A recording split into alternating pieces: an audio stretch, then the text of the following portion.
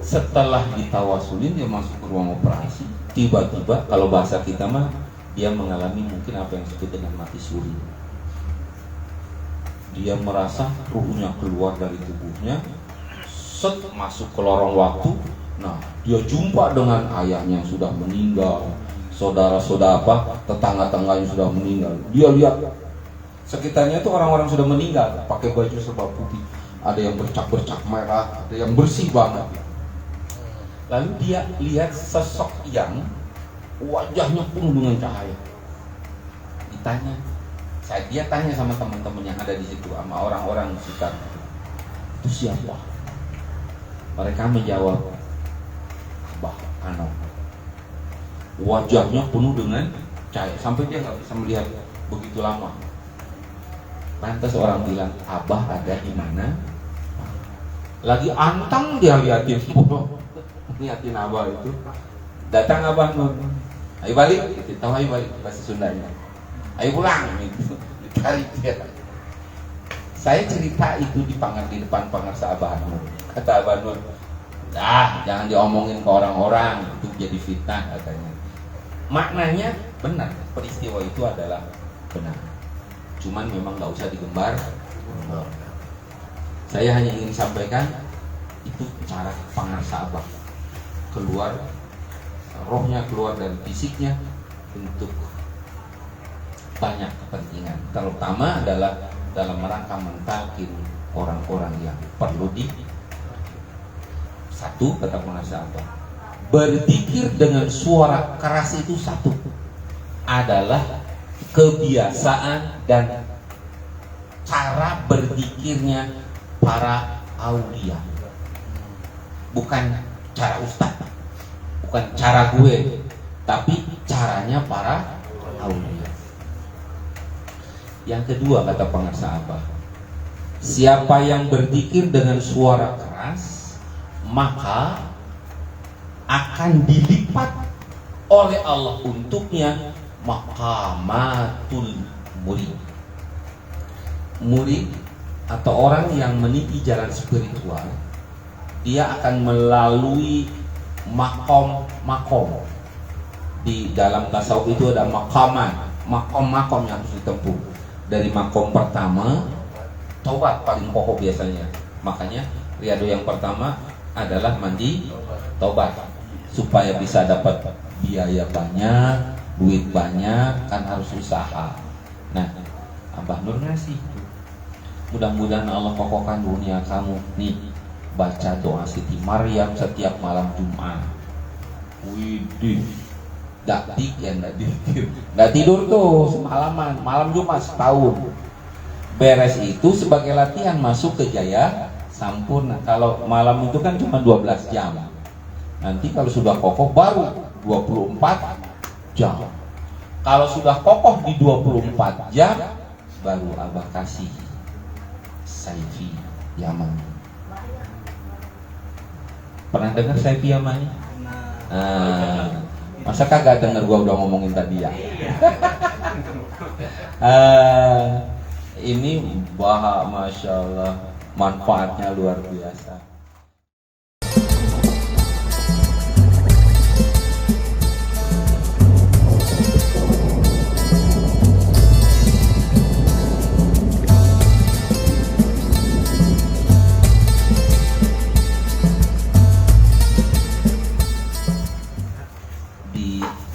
Bulan Syawal ini, saat kita berjumpa satu sama lain, kita masih dan akan selalu mendoakan. Asal ketemu, mengikuti apa yang disampaikan Rasul, contohkan para sahabat dan oleh baginda Rasul SAW sendiri. Mereka saat berjumpa selalu mengucapkan apa doanya? Taqabbalallahu minna wa minkum. Artinya semoga Allah menerima amal-amal ibadah kita, khususnya di bulan Ramadan. Doa ini mereka panjatkan. Saya cerita di kalangan para sahabat. Berbeda dengan kita di Indonesia. Taqabbalallahu minna wa minkum biasanya disandingkan dengan minal aidi faizi. Meskipun ada hadis, meskipun sedikit agak berbeda maknanya, tapi saya kira bisa kita pakai. Rasul berdoa dengan ja'alanallahu minal aidin wal faizin itu ketika beliau melepas pasukan perang. Allah mudah-mudahan menjadikan kita atau kalian semua termasuk orang-orang yang kembali dari medan tempur dan memperoleh kemenangan. Puasa di bulan Ramadan disebut-sebut sebagai pertempuran yang lebih dahsyat. Apa katanya? Jihadul hawa wa huwa jihadul akbar. Raja'na min jihadil asghar ila jihadil akbar. Sekali lagi, kenapa Rasulullah dan para sahabat saat berjumpa selesai menunaikan ibadah puasa di hari yang berkah Idul Fitri mengucapkan taqabbalallah minna wa minkum? Karena satu persoalan yang menggelayuti pikiran mereka selesai puasa di bulan Ramadan adalah pertanyaan besar. Apakah puasa mereka dan ibadah-ibadah yang lain yang mereka lakukan di bulan Ramadan akan diterima oleh Allah Subhanahu wa ta'ala? Sama saya kira kita juga begitu. Selesai Ramadan yang kita bilang, yang kita pikirkan, yang kita pertanyakan, apakah puasa kita diterima oleh Allah atau tidak? Kira-kira terima nggak Pak? Insya Allah. Pengen tahu nggak bocorannya ciri-ciri orang yang diterima puasanya? Nah, yang membuka persoalan ini adalah Syekh antara lain ya Ibnu Rajab Al-Hambali dalam kitab beliau Lataif Al-Ma'arif. Lataif Al-Ma'arif itu buku pegangan semua hari raya pada setiap bulan, amal-amal ibadah pada setiap bulan dalam satu tahun, dengan hadis-hadis yang sangat amat akurat.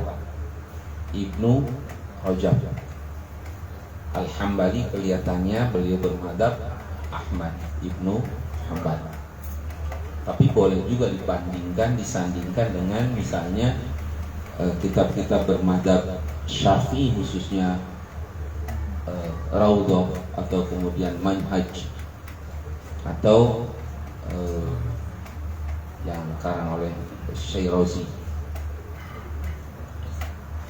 Bapak Ibu dan saudara-saudara, kata Ibnu Rajab dalam kitab Lataif itu, innallaha idza taqabbala 'amala 'abdin waffaqahu Allahu li 'amalin salihin ba'dahu.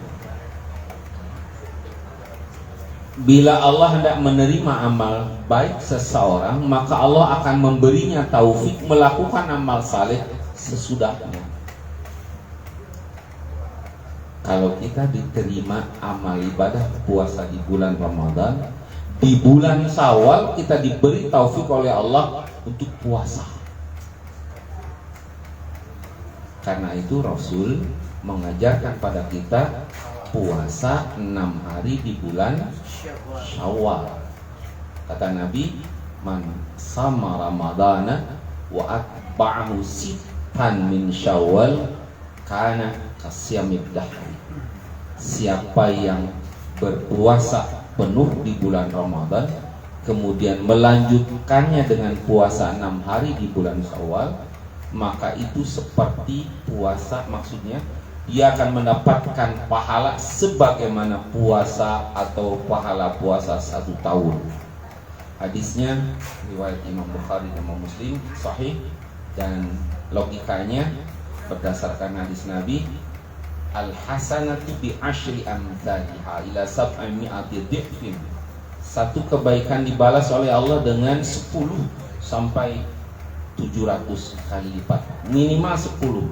Satu bulan penuh kita anggap 30 kali 10 berarti 300. 6 hari dikali 10 berarti 60. 360 udah dekat-dekat ke 1 tahun.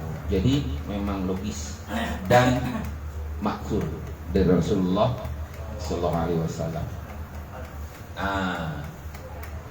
Puasa 6 Syawal, 6 hari di Syawal ini banyak fungsinya. Pertama, dia penyempurna ibadah-ibadah puasa kita yang mungkin ada sedikit cacat, celah.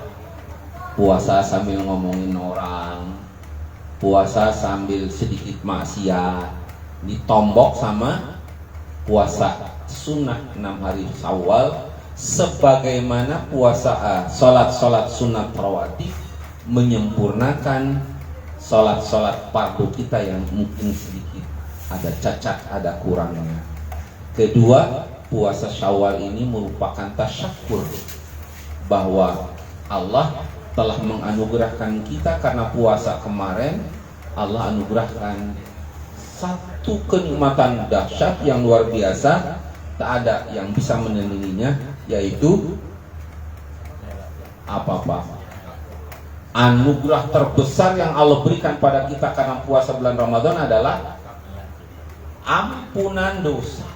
Tidak ada yang lebih hebat dari itu, kata para ulama. Man sama Ramadana imanan wa ihtisaban ghufira lahu ma taqaddama min dhanbi.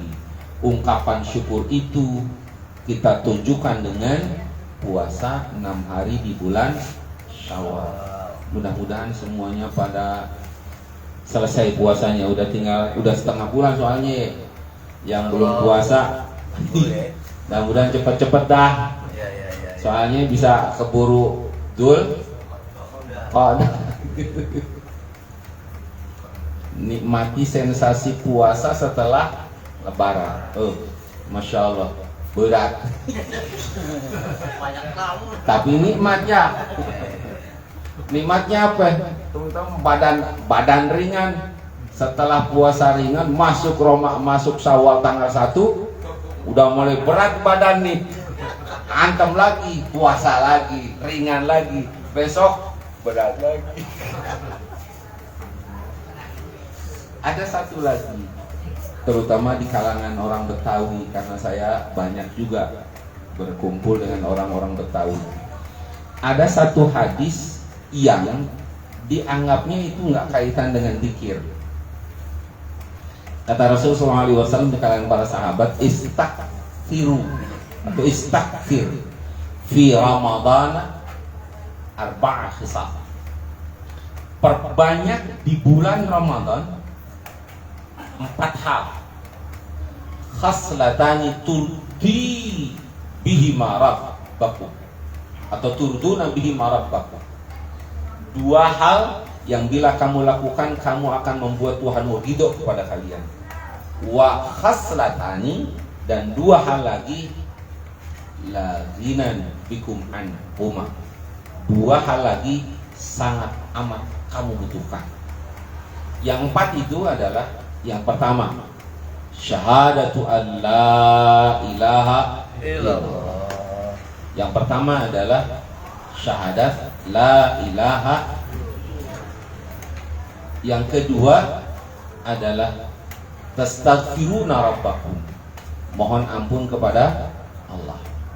Adapun khaslatanil latani laginan bihima laginan bikum anhuma, 2 hal yang kalian pasti butuhkan dan kalian perlukan adalah tas'aluna rabbakum al-jannah wa ta'uduna minhu min adabina. Engkau minta kepada Allah ridhonya, jannahnya, dan juga minta perlindungan kepada Allah dari api neraka. 4 hal ini digabungkan. Saya ingat, saya hafal itu karena saya sering buka bersama atau sering sholat maghrib di Betawi, di lingkungan Jakarta Timur. Asyhadu an la ilaha astaghfirullah nas'aluka ridhaka wal jannah wa na'udzu bika min sakhatika wan nar. Kita yang ingat itu syahadah itunya. Padahal kalau antum jeli, ndak ada beda antara asyhadu an la ilaha illallah dengan la ilaha illallah. Orang ngambilnya asyhadu an la ilaha illallah, padahal ini dalil tarekoh ini. Artinya di bulan Ramadan banyakin zikir la ilaha illallah. Sayangnya kita banyak ngambil asyhadunya dan itu dibaca menjelang buka doang. Buka bersama. Buka bersama. Pokoknya buka puasa itu. Buka puasa bersama ya, kalau sendiri sih lupa itu. Kalau buka bersama kan bareng-bareng. Soalnya udah nunggu depan makanan tuh, depan gitu udah makan dah. Asyhadu alla. Saya ingat di sebelum masuk ke Duren Sawit itu ada musola di situ. Sekarang udah kayaknya udah tuker giling tuh sama jalan tol. Udah dipindahin. Antum ada 25 menit itu sampai buka. Papa, mari. Mereka nggak tahu siapa kita. Orang Kerawang nyasar. Bukanya di Jakarta. Woi, mantep. Buka gratis mulu jadinya. Itu saya menemukan kurma paling enak di Jakarta.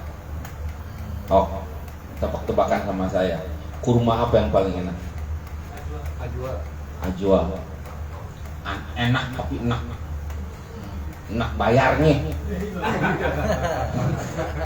Kurma yang paling enak ternyata adalah kurma kabar. Yang kagak beli bang. Aduh enaknya besar sih. Ini itu kurmanya Ustadz, di mana-mana kabel mulu. Bapak, Ibu dan saudara-saudara, nah sayangnya nih yang ginian ini banyak kita lupa-lupakan. Jadi orang-orang tarekat itu sebenarnya di bulan Ramadan banyakin zikir. Banyak di antara para pengamal tarekat yang kemudian mengambil banyak amaliyah. Ada yang pakai zikir asma wa sifat, ada yang ngambil muraqabah. Lah kita orang Kerawang bukan muraqabah, morogabah. Gabah tahu gabah? Padi. Nikmatnya beda Pak. 3 hari 3 malam pakai zikir asma itu kita pernah nyobain dengan izin dan ijazah dari Wajejen. 3 hari 3 malam. Kelas kita kan kelas PAUD. Ngambil zikir asma wa sifat yang pertama la ilaha illallah 100.000. Widih. 2 jam istirahat. Maju lagi, istirahat lagi. Tapi lumayan 3 hari 3 malam gempor tuh kaki dah. Ada orang kesehatan kan. Bolak-balik melekop tuh kaki. Muter. Dan setelahnya aduh, ringsek awak katanya. Tapi setelah itu kita merasakan kenikmatan yang luar biasa. Beda banget. Kondisi rohani kita beda banget. Andai kita lakukan itu, memperbanyak zikir la ilaha illallah di bulan Ramadan, bila kita ingin tahu diterima atau tidak zikir kita di bulan itu, lihat bulan Syawal. Kalau bulan Syawalnya zikirnya melempem, alamat zikir kemarin kagak diterima. Aku berarti nggak bisa nggak jelas. Kenapa nggak jelas? Bulan Ramadan kagak banyak zikir. Bulan Syawal kagak banyak zikir. Saya sering berulang kali seperti dalam lagu, berulang kali gitu. Aku bilangkan jangan terlalu mengandalkan zikir jama'i. Kita zikir banyak kalau bareng-bareng. Begitu masuk ke rumah sendiri-sendiri, balik lagi 3 sayyiduna. 3 sayyiduna. Padahal yang bakal memberi syafaat luar biasa itu adalah zikir yang bersifat personal. sendiri.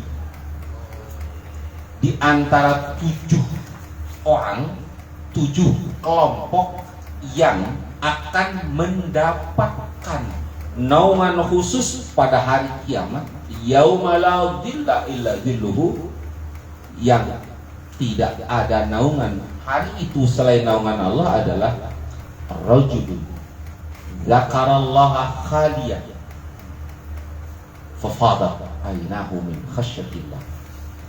Laki-laki, perempuan berzikir kepada Allah dalam kesendirian, lalu air matanya bercucuran karena takut kepada Allah Subhanahu wa ta'ala. Ketika kita zikir berjamaah, menangis belum tentu karena Allah. Belum tentu tangisan kita saat berzikir berjamaah itu karena takut kepada. Saya kemarin lihat di YouTube itu ada anak buahnya Panji, siapa? Wicaksono apa namanya? Di stand up. Si Bonar gitu. Hah? Ini kayaknya adanya nih, apal banget sih namanya. Dia cerita orang Kristen terjebak dalam tahlilan. Jadi entah bagaimana ceritanya, pokoknya masuk dalam tahlilan. La ilaha illallah, ikut tahlilan karena dia sering melihat orang-orang Islam. Ini orang-orang Islam gerakannya gitu. Nah, diperhatiin sama Pak Ustadz, dia juga tahu diperhatiin, makanya dia gerak-gerak ngucapin la ilaha illallah. Setelah saya zikir, dia bilang apa? Sambil di kaca aja, ampuni Tuhan, aku terjebak. Ya kan biasanya bilang tidak ada Tuhan selain Yesus, tapi dia bilang tidak ada Tuhan selain Allah gitu. Ampun aku Tuhan, sudah ingkar pada Engkau 33 kali. Itu baca la ilaha illallah dalam berjamaah, tetapi sama sekali tidak menunjukkan keimanan. Banyak di antara kita yang menangis ketika berzikir berjamaah, seringkali karena ketepaan kata orang Sunda itu. Lihat orang nangis, ikut-ikutan dia nangis.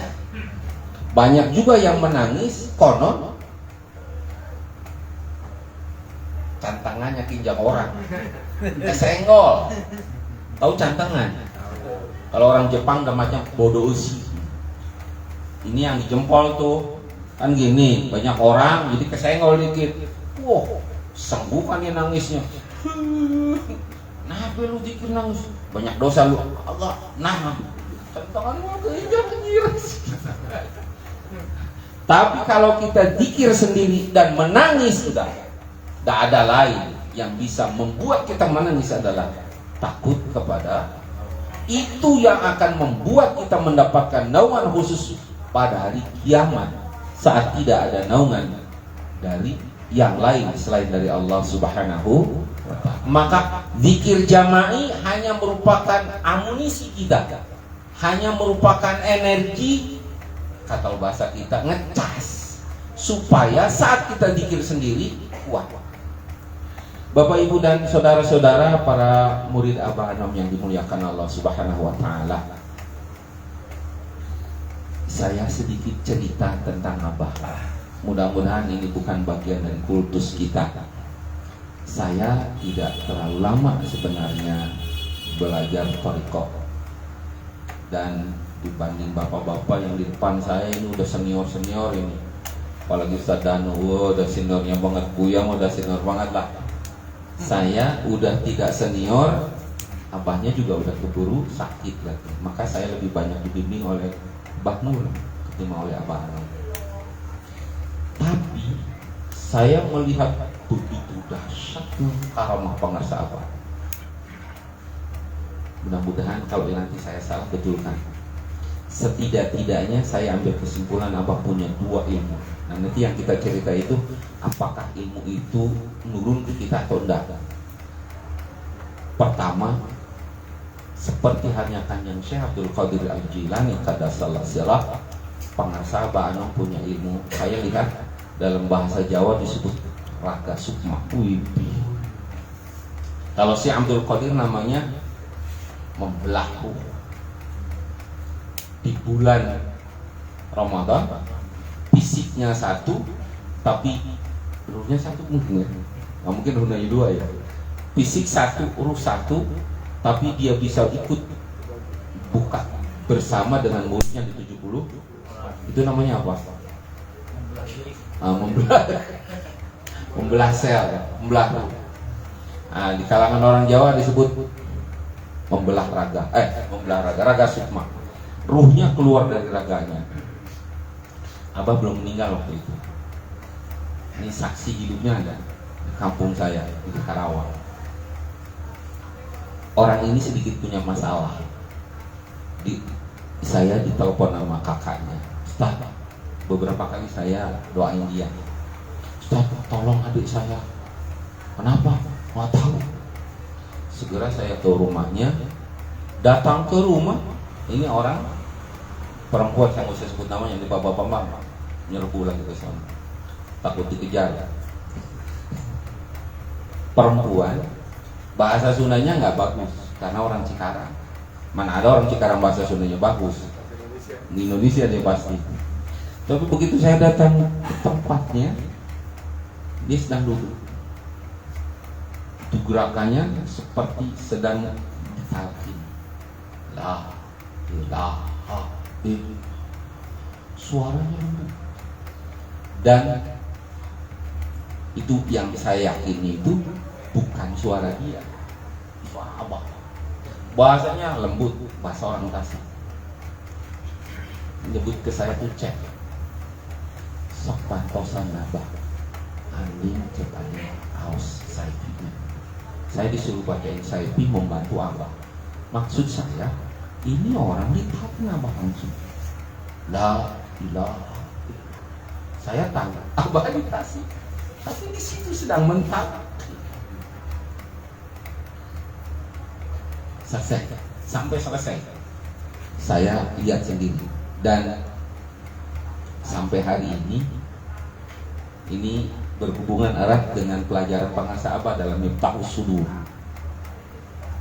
Dalam kitab Miftahus Sudur itu di bab 2 saya ingat Abah menjelaskan pada kita kalau dzikir jahar harus bersuara keras. Betul. Orang ini setiap kali dzikir nggak bisa suaranya lembut. Kan kalau di musola di masjid itu pelan ya, la ilallah gitu. Nah, dia hanya bisa 3 kali. Setelah 3 kali langsung berdiri. Maksudnya tegak berdiri. Tegak, suaranya kencang. Setiap kali dzikir suaranya berubah. Saya nggak tahu suara siapa. La ilaha illallah. Seperti yang Abah. Maka kalau ada teman-teman kita, ikhwan kita suara dzikirnya lembut, nanti kita lihat di kitab Miftahus Sudur.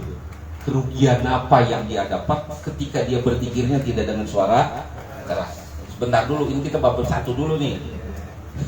Ini kita sedang cerita dulu tentang raga sukma gitu. Keluarnya ruh dari fisik untuk mentalkin murid yang dia kehendaki. Ini hak prerogatif Abah. Maaf, meskipun saya senang banget dikunjungi Abah, sayang banget sama Abah, tapi Abah nggak pernah datang ke gua buat talkin. Orang ini belum kenal Abah, masya Allah. Tiba-tiba didatang ditalkin. Itu talkin ya, masya Allah. Ketika dia kangen banget sama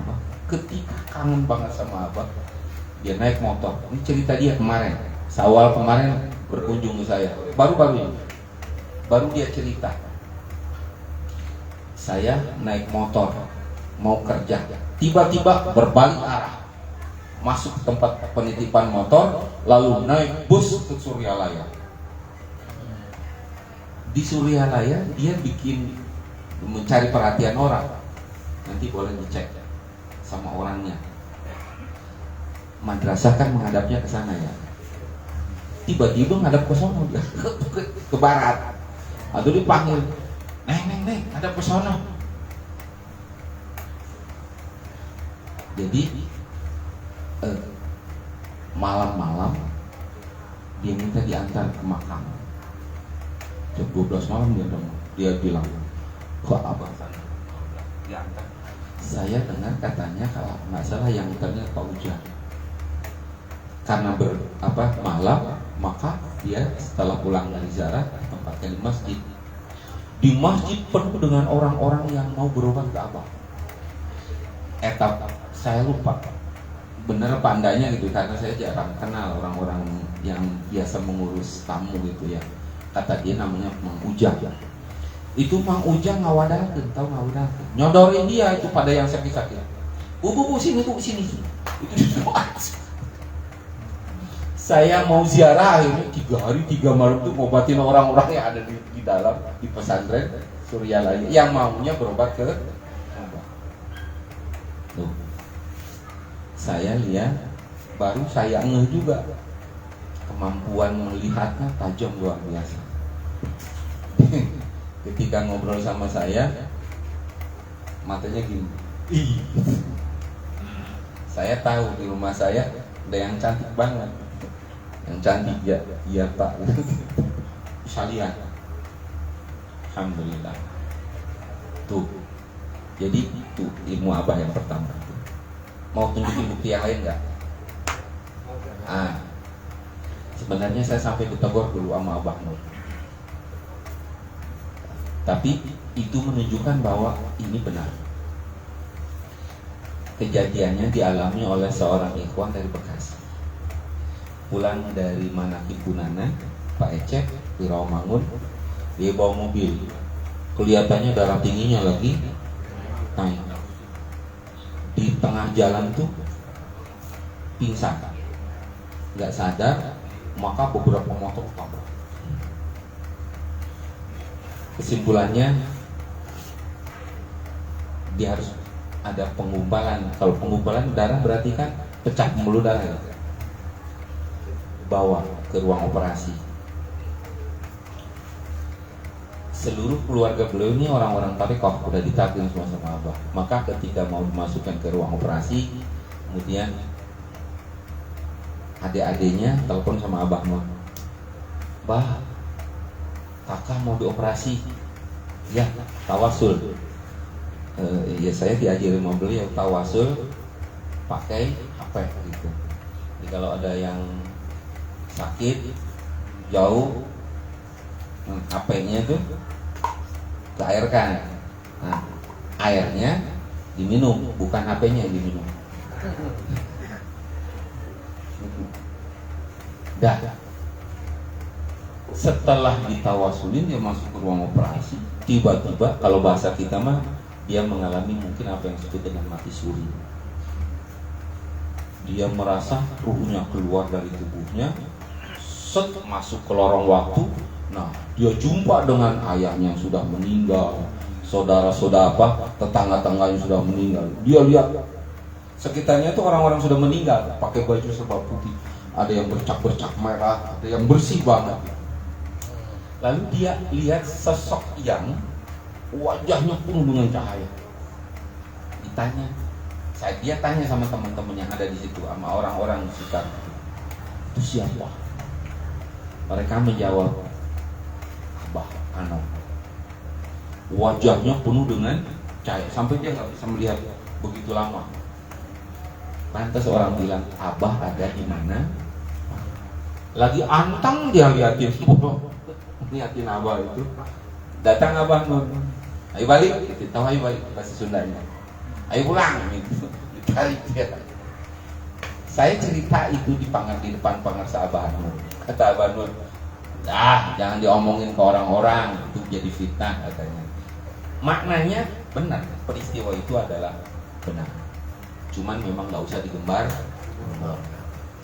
Saya hanya ingin sampaikan itu cara pangarsa Abah keluar, rohnya keluar dari fisiknya untuk banyak kepentingan. Terutama adalah dalam rangka mentalkin orang-orang yang perlu yang pertama. Ke karomah pangarsa Abah yang kedua ada dalam Miftahus Sudur, tapi banyak di antara kita yang tidak tahu karena jarang membuka kitab Miftahus Sudur. Saya buka bukunya ya. Mana bukunya? Enggak ada ya? Saya juga lupa bawa buku apa enggak nih. Sekali lagi, menurut pangarsa Abah, ketika kita berzikir, kita harus keluarkan suara. Suaranya harus keras, kata pangarsa Abah, dan ini berhubungan dengan karomah beliau sebenarnya. Satu, kata pangarsa Abah, berzikir dengan suara keras itu satu adalah kebiasaan dan cara berzikirnya para aulia, bukan cara ustaz, bukan cara gue, tapi caranya para aulia. Yang kedua, kata pangarsa Abah, siapa yang berzikir dengan suara keras, maka akan dilipat oleh Allah untuknya maqamatul murid. Murid atau orang yang meniti jalan spiritual, dia akan melalui makom. Di dalam tasawuf itu ada makom yang harus ditempuh. Dari makom pertama, taubat paling pokok biasanya. Makanya riado yang pertama adalah mandi taubat. Tahu semua kan mandi taubat? Bukan berarti mandi karya taubat, bukan. Mandi taubat jam 2, tembus sampai subuh. Zikirnya maksudnya, bukan mandinya. Zaman dulu, masya Allah, pangarsa Abah sepuh itu mengharuskan murid-murid mandi taubatnya 40 lewi. 40 lewi itu sumur di luar rumah. Satu malam 40 sumur. 40 lewi satu malam 40 kali. Cemplung, gibuk. Nggak pakai sapa, nggak pakai handuk, nyemplung lagi gitu. 40 kali. Nah, zaman Abah Hanom udah mulai disederhanakan, dimudahkan. Tapi alhamdulillah banyak juga yang belum melaksanakan. Ada yang bilang katanya supaya tidak kesiangan jam 12 bangun. Begitu jam 12 langsung mandi. Silahkan. Tapi tetap zikirnya sampai subuh, bukan habis mandi dulu tidur. Nah, ada ceritanya itu. Tradisi mandi tobat suryalaya adalah mandi lalu sholat, habis sholat zikir tembus sampai subuh. Setahu saya begitu. Nah, dari taubat ke zuhud atau ke yang lain itu bisa mencapai bulanan, bahkan bisa mencapai tahunan. Makom taubat, makom zuhud, nanti sampai ketemunya makom ma'rifat. Kata pangarsa Abah, bila kita berzikir dengan suara keras, maka jarak spiritual dari makom-makom yang harus ditempuh murid itu dilipat. Mestinya kita harus melaluinya sampai tahunan, dilipat mungkin dalam 1 jam. Ini karamahnya pangarsa Abah Hanom. Kalau bapak-bapak mau percaya, saya bawa bacakan. Nah,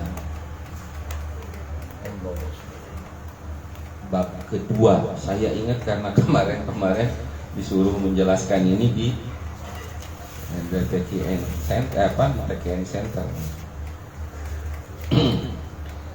Jadi idza zakaral muridu, kata pangarsa Abah, rabbahu bisyiddatin wa azmin tuyat lahu maqamatut tariq bisur'atin bighairi butti. Siapa kalau murid berzikir dengan suara keras dan penuh kesungguhan, maka akan dilipat untuknya jarak yang harus ditempuh dalam makam spiritual itu dengan cepat. Kata beliau, rubbama qata'a fi sa'atin ma la yaqta'u ghairuhu fi syahrin aw akthar. Kalau yang lain bisa harus menempuhnya berbulan-bulan, dia bisa menyelesaikannya dalam 1 jam saja. Tuh. Ini ilmu apa? Ilmu melipat jarak, bukan jarak fisik. Karawang Jakarta, Jakarta Surabaya itu bisa dilipat pakai tol. Tapi kalau jarak spiritualnya ya nggak bisa ditempuh oleh mobil apapun, harus dilakukan dengan zikir. Kalau zikirnya dengan zikir suara keras, insya Allah itu akan dilipat oleh Allah untuk kita semuanya. Pertanyaannya, nurun nggak ini ilmu ke kita murid-muridnya? Satu, apakah ilmu pangarsa abah, karomah pangarsa abah tadi, ada nggak yang sudah bisa membelah dirinya?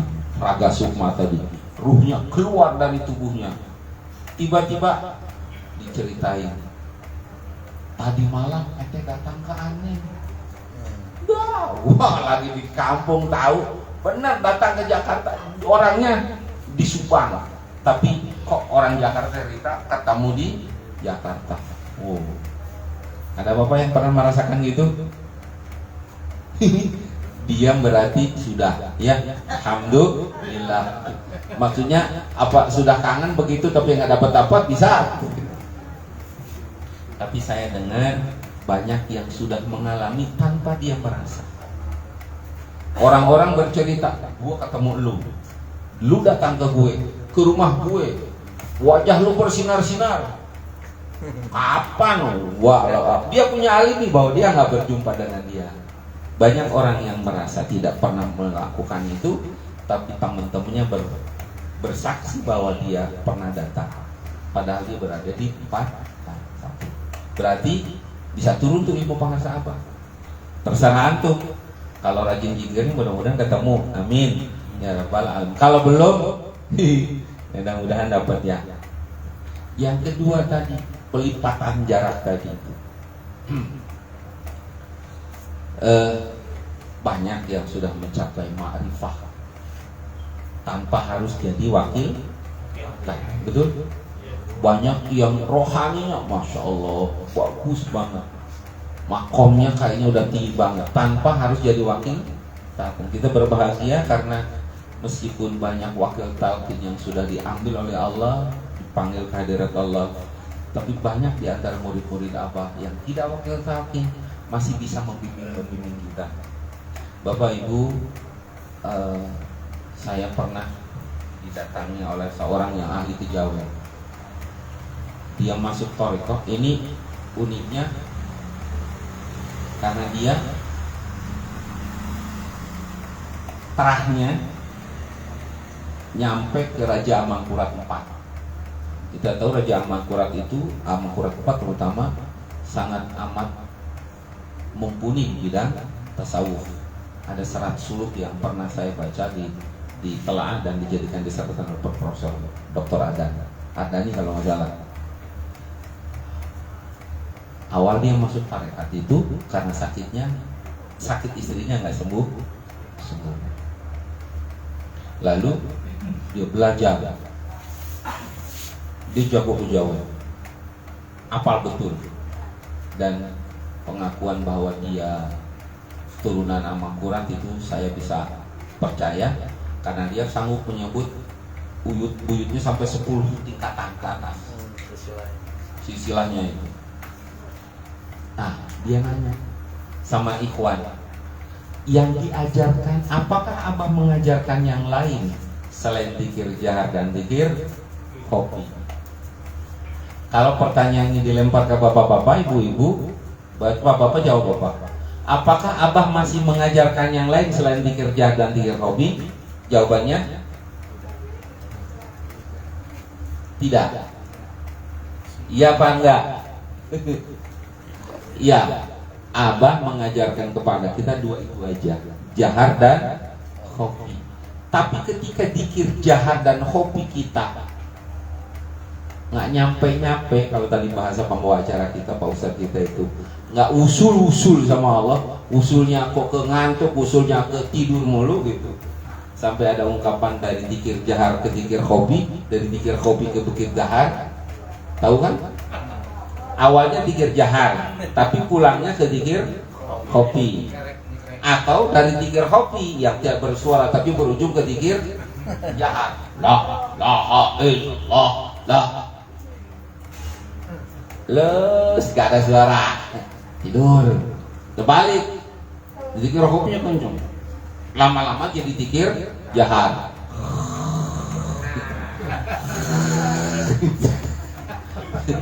Geram macan itu ya Pak ya. Bapak pernah mengalami itu?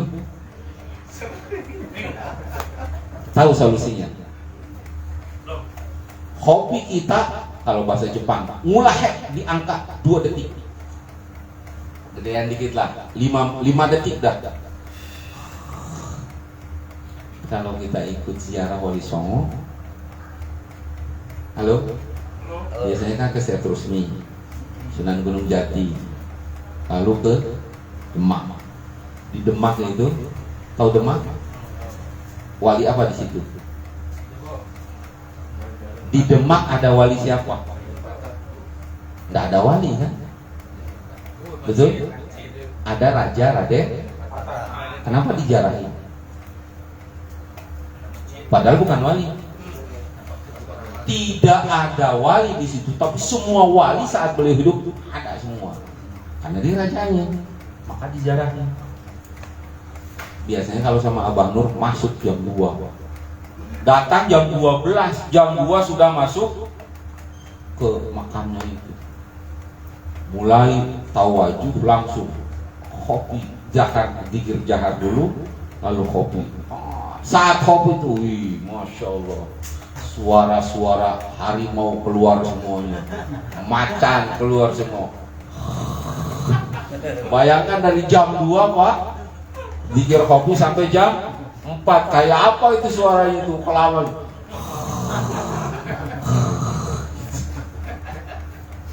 Sekali lagi, itu menunjukkan memang kekuatan kita di zikir kopi sangat tipis.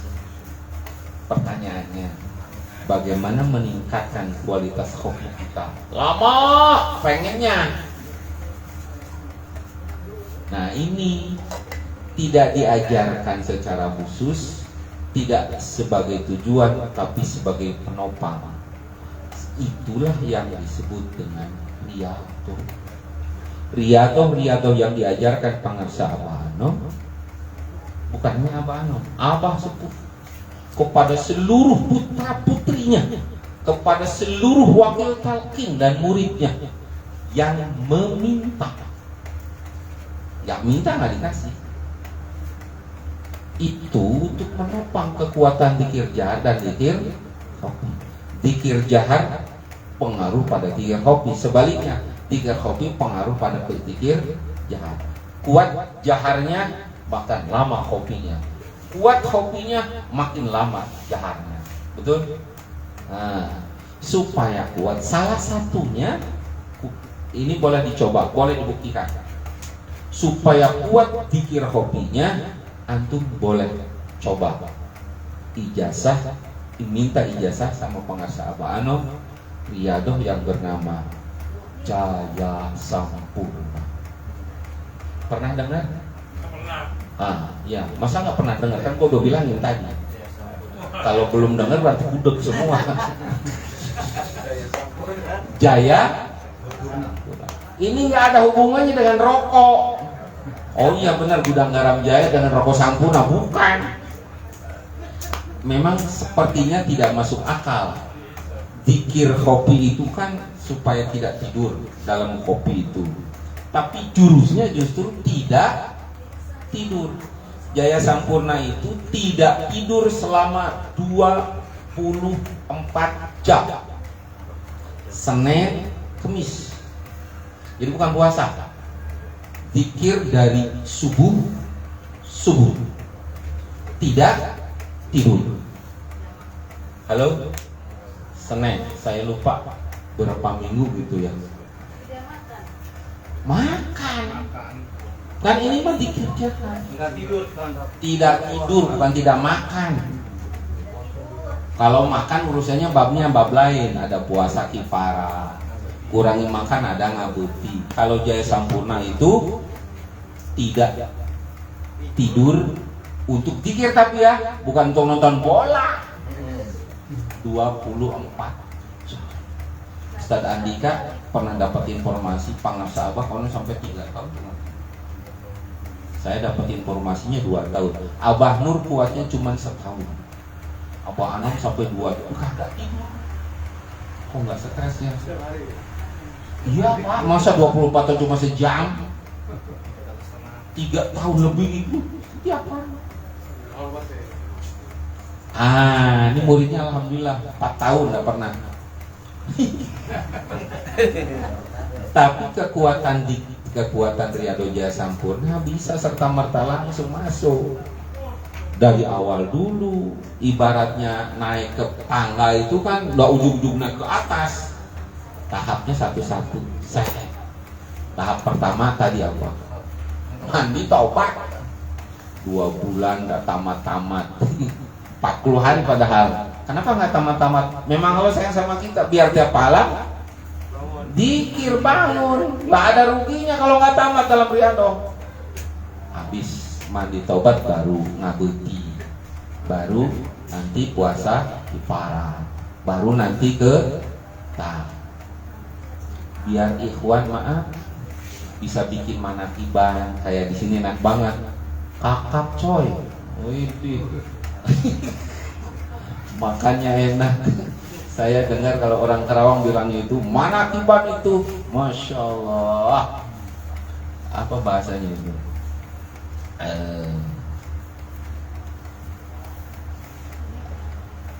Perbaikan gizi.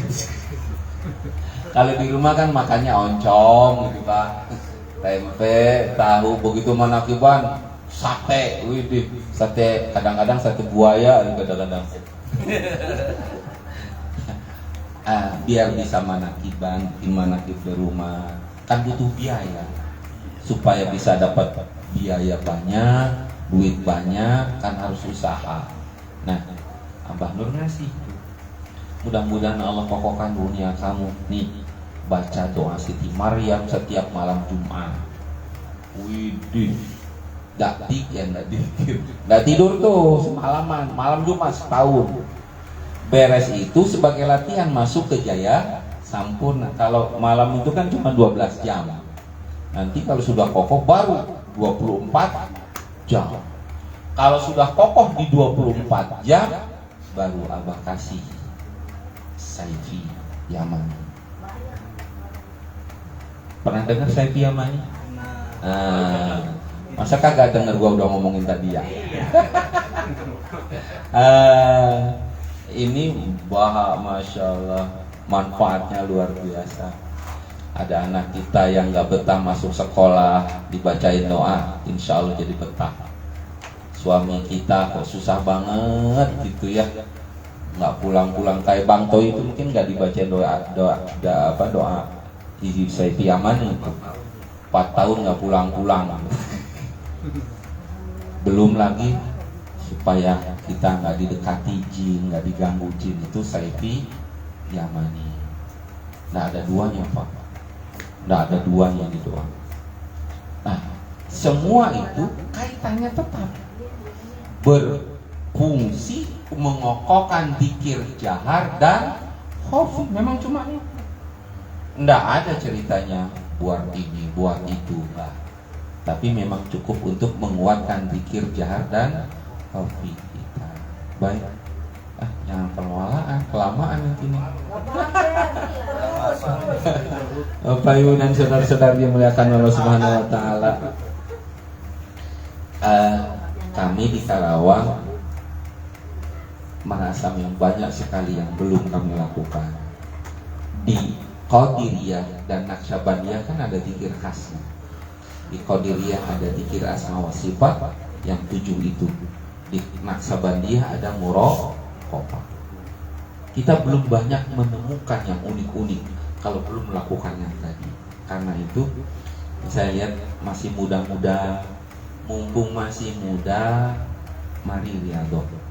Mumpung masih muda, mari lakukan apa yang Abah Anam ajarkan pada kita. Kaitannya tidak untuk kaya raya, tapi memang untuk lebih dekat dengan Allah, lebih dekat mencapai usul pada Allah Subhanahu wa ta'ala.